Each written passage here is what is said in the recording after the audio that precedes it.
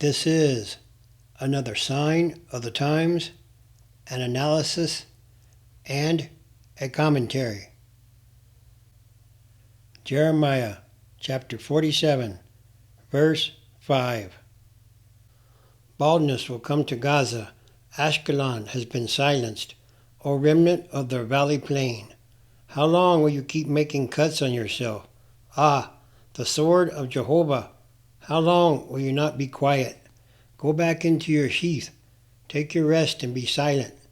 How can it be quiet when Jehovah has given it a command against Ashkelon and the seacoast?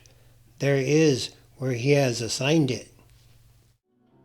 People have been asking me to speak on what happened. I've been traveling, so I couldn't do it, but you asked for it, so you'll get it.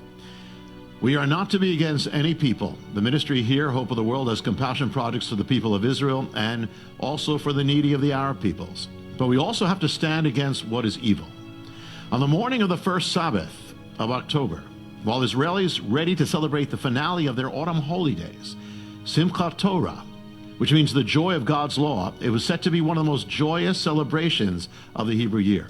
Terror struck the land and the people of Israel, a terror unlike any other that had struck Israel in half a century, and by another reckoning, unlike any that had ever happened to the nation.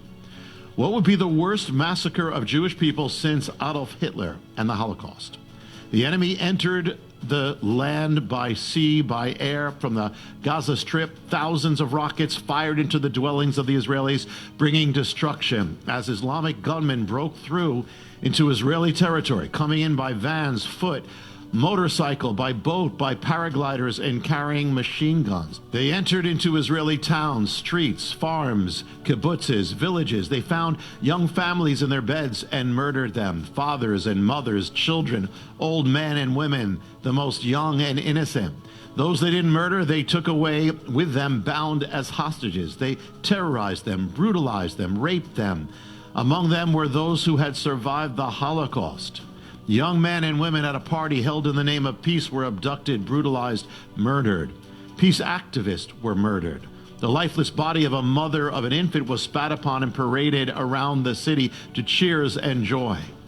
Young Israeli families expecting to wake up to a Saturday of rest, celebration, and joy woke up instead to terror that they had never fathomed, entering into their lives and their bedrooms. In one village, they murdered 40 babies. Not content with murdering them, they chopped off their heads. They killed children in front of their parents. They burned alive innocent people. Hearing the news of what happened, Islamic crowds in the Gaza Strip erupted in celebration and joy, singing for joy, dancing for joy. So Islamic crowds celebrated and shouted for joy in the West Bank, in Europe, in New York. They celebrated in Harvard University and colleges throughout the West.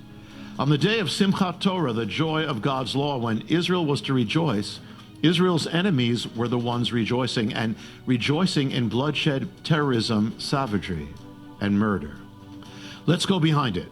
Those rejoicing in the bloodshed did so in the name of Palestine. They say the land of Israel is Palestine. The Jews occupy it and need to be driven out of the land or murdered out of the land. What is the name Palestine? It comes from the Romans, Palestina. The Romans destroyed the ancient nation of Israel, or Judea, slaughtered countless numbers of Jewish people, took others captive into exile. And in order to erase the name and memory of Israel, they renamed the land, and they renamed it after Israel's ancient enemies, who were called the Philistines, or the Philistines. The Philistines were an ancient, brutal people. Goliath was one of them.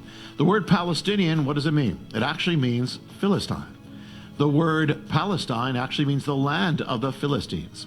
God loves all people, but it's clear in the scriptures that he gave the land to Abraham, Isaac, and Jacob, and to their children, the children of Israel.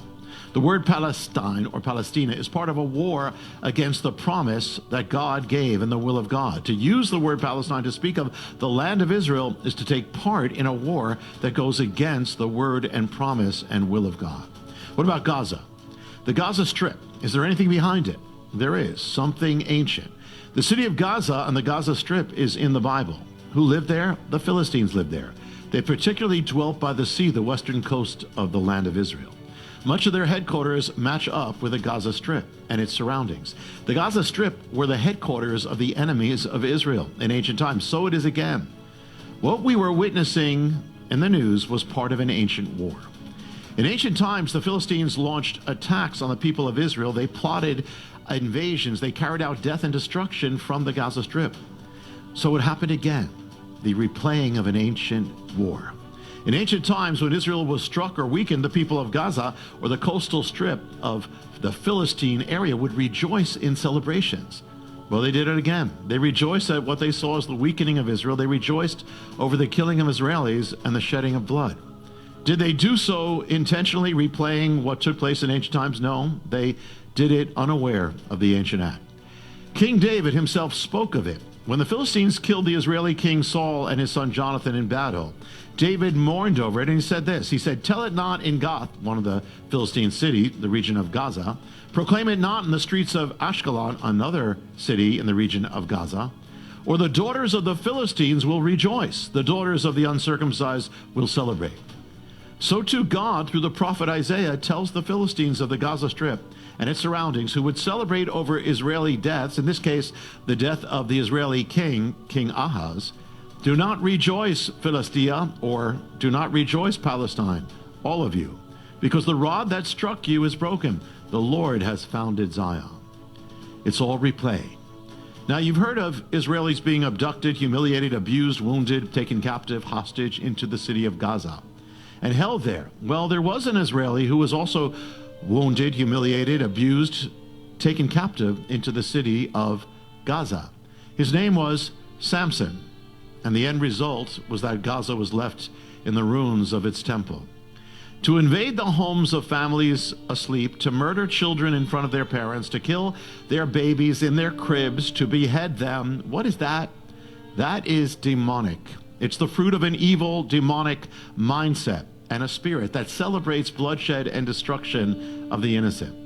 This is the demonic seed that's been germinating in Islamic radicalism, into which children, as in Gaza, are indoctrinated from their youth and told that it's a glorious thing to kill a Jewish person. They point to a verse in the Quran about killing Jews and believe it's a divine thing.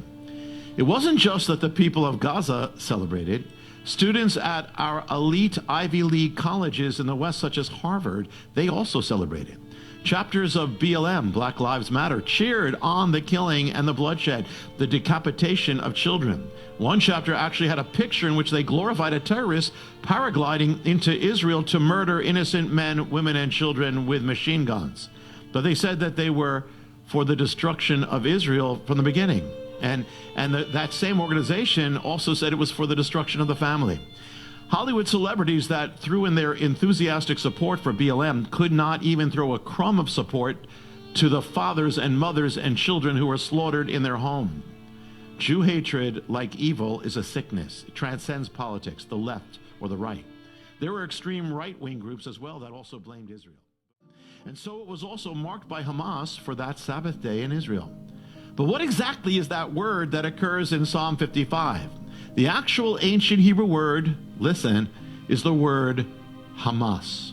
The word Hamas is in the Bible. In Arabic, fire and fanaticism. In Hebrew, violence, evil, and destruction, appointed for 9/11. And it's what was behind what happened in Israel on that Sabbath weekend. Hamas, the actual organization of Hamas centered in Gaza. And that means in Hebrew, violence, evil, and destruction. So the organization that was linked to what happened in Israel was that. So let me show you other appearances of the word Hamas in the Bible. Psalm 74. For the dark places of the earth are full of the dwelling of Hamas. Ezekiel 7. Hamas has risen up into a rod of wickedness. Ezekiel 7 also. The land is full of bloody crimes, and the city is full of Hamas. Psalm 140.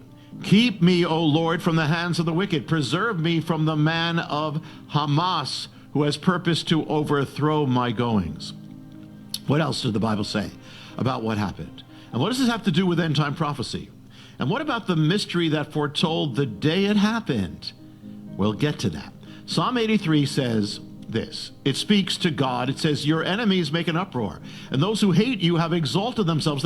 They make shrewd plans against your people, and they conspire together against your favored ones. They have said, come and let us wipe them out as a nation, so that the name of Israel will no longer be remembered. Well, that's exactly what happened.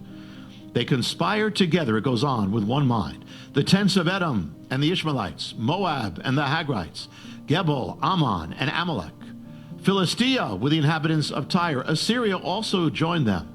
Amazing, because the people it speaks of almost 3,000 years ago are linked to these very things in our day. It includes Philistia, that's Palestine. Very centrally, that's the Gaza Strip, with the inhabitants of Tyre. That's Lebanon, the headquarters of Hezbollah. That is a terror group allied with Hamas and waiting on the north border to fire missiles down at Israel as they all seek Israel's destruction. Moab and Ammon, that's the children of Edom, the east and the south, who are also largely allied with the others. And Assyria, interesting, because there's only one nation in the world, in the modern world, whose name comes from Assyria. That's Syria. And it's also waiting from the east to destroy Israel. Now, beyond the question of whether this could be prophesying a current situation, the amazing thing is what it speaks of is, in effect, is now in place. Then there's the prophecy of Ezekiel 38 and 39 of a coming war to take place in the last days of the nations gathered against the resurrected, reborn nation of Israel. And though there's debate about some of the nations mentioned, it clearly mentions the land of Turkey, and Turkey just happens to be an enemy of Israel right now. Another nation it clearly mentions is Iran. And so it happens that Iran is also Israel's deadly archenemy that cheered on the massacres, is threatening to bring destruction now to the nation of Israel. Interesting as well, as Hamas smuggles in weapons with which to strike Israel from Iran and from the Sudan, which is linked to Cush, which is one of the nations mentioned in Ezekiel 38 and 39. And from Libya, another one of the nations also that is linked to the prophecy. Could this present conflict lead to a greater conflict, a war, lead directly or ultimately in time to the war prophesied in Ezekiel? It could. But now another mystery. In the book of Daniel, it is written that the prophet was praying concerning the nation of Israel. And after many days, he's visited by an angel who tells him that he was delayed in coming to him because of the Sar Paris, or the prince or principality of Persia. Now, the angel came to tell Daniel about what would happen to the nation of Israel, the Jewish people, in the last days. But this principality, which is demonic, came against the purposes of God for the nation of Israel. But spirits don't die, and this spirit is identified as the spirit of Persia. Persia still exists. It is called Iran. So in modern terms, it is the spirit of Iran. It's identified as a spirit that seeks to stop the purposes of God for Israel. Well, it's amazing, because it's this very nation that has now become Israel's dangerous archenemy and chants death to Israel, seeks nuclear power, and seeks Israel's destruction. And whatever role it had in this invasion, this massacre of Israel, Iran has been the chief sponsor of Hamas in Gaza, the chief funder of the organization that has assembled thousands of missiles and terrorists to destroy the nation of Israel. That Hamas was even in a position to do what it just did is linked to Iran. Just change the letters around a little bit. Yeah, it's like, so, but the Philistines, well, originally, like I said before, originally they came from the island of Crete. I used to call it Castor, huh? Yep, Right. a long time ago. Yeah, you were talking about that they were like pirates. Yeah, they were like pirates. Yeah. They were called them the sea people back then. I don't even know if they had that word pirates, but that's really what it was. Sure. A bunch of pirates going around killing and plundering and messing everything up, huh? And then they kind of moved over there to what do they call it now? They call it Gaza, huh? Or Palestine, or whatever. They're just actually the old Philistines. And they mixed with all the local peoples, they all assimilated with the local people, with all the people was there already. And now it's just like, it's all mixed up now. It's like, and then the people are saying, well, we're going to need to solve this problem. Yeah, but they're not mentioning on the news about all the history of this place. This history goes back hundreds, thousands of years, huh? For thousands of years, they've been trying to solve this problem. What thinks anybody's going to solve it in a couple of days, weeks, or months? No. It goes back to even like I said, the Oslo Accords, and they thought they solved it with President Clinton and Yasser Arafat and, you know, all them leaders of Egypt and Israel back then, huh? It's like they even had a PBS special on it a few weeks back. It took like months or years to get all these treaties or accords signed and fixed, and hours and many hours of negotiating and diplomacy and all that. Many years of doing all this work, and everything, and never really amounted to anything. Yeah, I think we talked about it's like a band-aid. Just put a band-aid on a big wound. Well, that wasn't supposed to be a band-aid. That was supposed to be a solution. It didn't solve anything, huh? And just, a few decades later, it's gone back to where it was before. Now it's even worse than ever, actually. Yeah, it is worse than ever now, huh? Yeah. It's worse than it's ever been. Because, back in the days of Pharaoh, all they had was spears and swords and arrows and stuff. They didn't have, cruise missiles and rockets and machine guns and big old bombs and stuff. No, I didn't have none of that stuff. So now it's even a lot worse, huh? Well, see, that's the whole story. Pharaoh, he tried to wipe them out, actually. But there's, like I said before, some always got away, huh? So they're not taking into context the whole story here of everything. Yeah, maybe that's what I'm saying, huh? Jeremiah chapter 47. This is the word of Jehovah to Jeremiah the prophet concerning the Philistines before Pharaoh struck down Gaza. This is what Jehovah says. Look, waters are coming from the north. They will become a flooding torrent, and they will flood the land and everything in it, the city and those inhabiting it. The men will cry out, and everyone dwelling in the land will wail at the sound of the pounding hoofs of his stallions, at the rattling of his war chariots, and the rumbling of his wheels. Fathers will not even turn around for their sons, for their hands fall limp, because the day that is coming will destroy all the Philistines. It will cut off from Tyre and Sidon every remaining ally, for Jehovah will destroy the Philistines, who are the remaining ones, from the island of Caphtor. Baldness will come to Gaza. Ashkelon has been silenced. O remnant of the valley plain, how long will you keep making cuts on yourself? Ah, the sword of Jehovah, how long will you not be quiet? Go back into your sheath. Take your rest and be silent. How can it be quiet when Jehovah has given it a command against Ashkelon and the seacoast? There is where he has assigned it. And all these are more signs of the times.